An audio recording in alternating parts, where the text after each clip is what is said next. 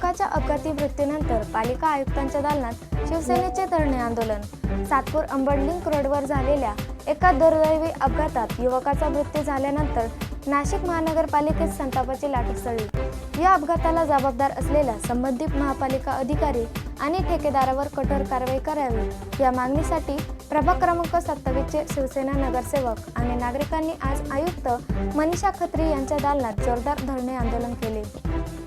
Satpur Ambad link रोडवरील रस्त्याच्या दुर्व्यवस्थेमुळे आणि प्रशासनाच्या दुर्लक्षामुळे एका तरुण युवकाला आपला जीव गमवावा लागला। या घटनेमुळे परिसरात तीव्र संताप व्यक्त होत आहे।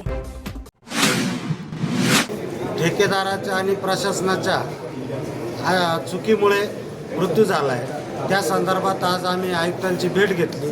त्या युवकाला न्याय कसा मिळवून देईल याच्यासाठी आम्ही आयुक्तांशी चर्चा केली आणि आयुक्तांनी आम्हाला आश्वासन दिले का संबंधित युवकाला न्याय मिळवून देण्यासाठी ते आमच्या सोबत उभ्या राहतील आणि संबंधित ठेकेदार आणि अधिकाऱ्यांवर गुन्हा दाखल होईल असं आयुक्तांनी आम्हाला सांगितलं।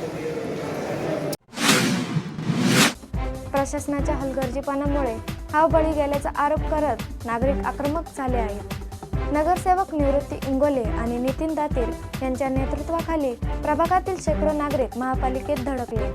संतप्त नागरिकांनी थेट आयुक्तांच्या दालनात बसून जोपर्यंत दोषींवर कारवाईचे आश्वासन मिळणार नाही तोपर्यंत उठणार नाही असा पवित्रा घेतला।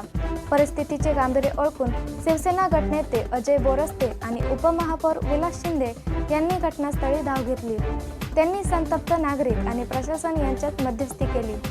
आंदोलकांचा आक्रमक पवित्रा पाहून आयुक्त मनीषा खत्री यांनी या संपूर्ण प्रकरणाची सखोल चौकशी करण्याचे आणि दोषी आढळणाऱ्या अधिकारी व ठेकेदारावर योग्य ती कारवाई करण्याचे लेखी आश्वासन दिले। आयुक्तांच्या आश्वासनानंतर आणि ज्येष्ठ नेत्यांच्या विनंतीनंतर नागरिकांनी आपले धरणे आंदोलन मागे घेतले।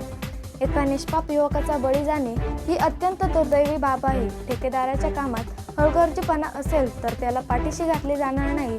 आम्ही या प्रकरणाचा पाठपुरावा करू असे शिवसेना गटनेते अजय बोरस्ते म्हणाले।